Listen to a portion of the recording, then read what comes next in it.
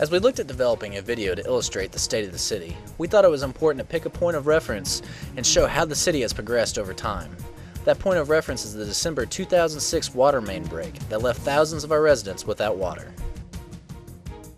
Since that time, the city, under the direction of the City Council, has taken many important steps to address infrastructure needs and other major issues facing our community. December of 2006, we had a water main break and almost half of our community lost water at some point. And as a result of that, that really pushed forward the capital improvement plan, especially with rate development. Our water rates and wastewater rates were a result of the capital improvement plan and pushing forward with a long-term funding source for those capital projects. Our most current one that we're going to be looking at will be the stormwater capital projects.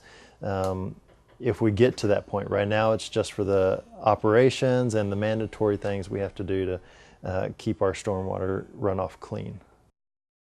We had that main break and we had a week or two there of crisis level activity. As soon as the city manager had a chance to get a decent night's sleep, he came back to staff and said, we need the capital improvement plan to move forward right now. That became the priority.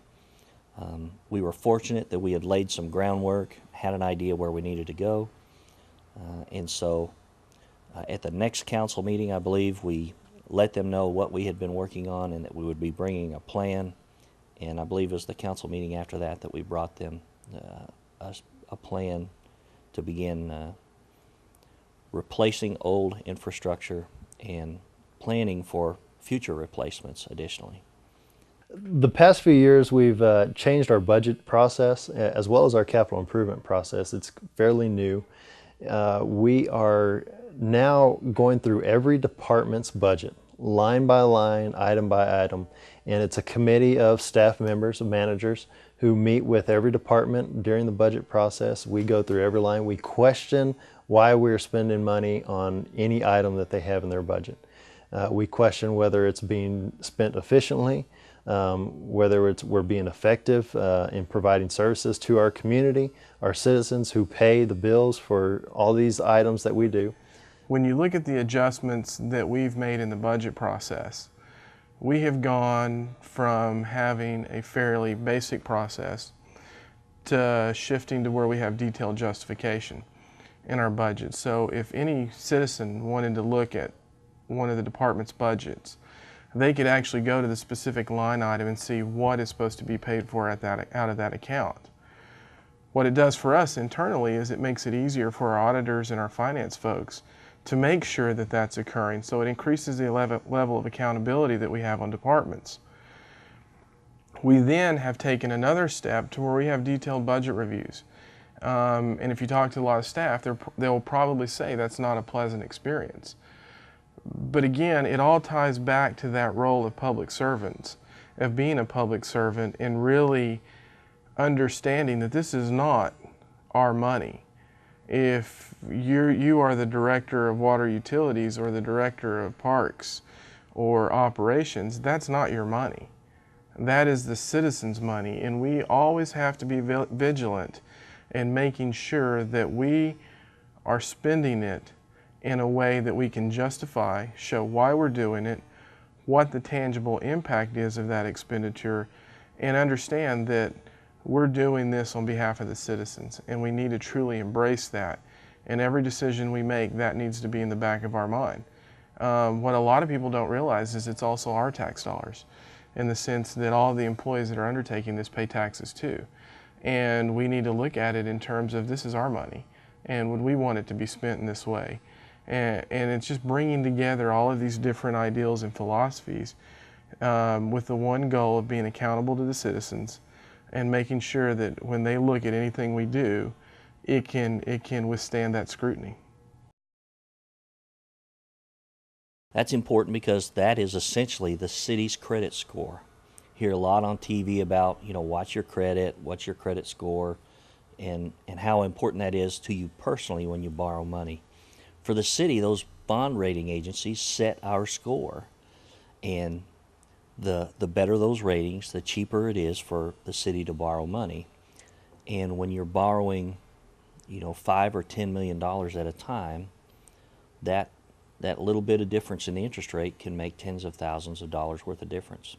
So it's as important to a big organization as it is to an individual to have a good credit score. And that's essentially what bond ratings are. They take an in-depth look at whatever information is available about the city. And so it's not as easy as a short-term view or a meeting where we discuss things. They really take a look back at the long-term performance of the city, where they think the economic indicators are saying the city is going to go, not just for this organization, but citywide, because citywide is how our income is generated.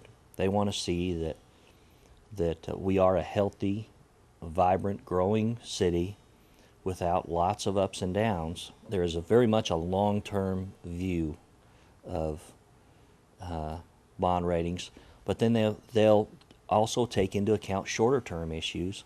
For example, rate-setting policy. And a good example is council's goal to gradually reduce the property tax rate. They like to see that steady improvement in the things the city does. They like to see stable activity. They don't like to see big swings.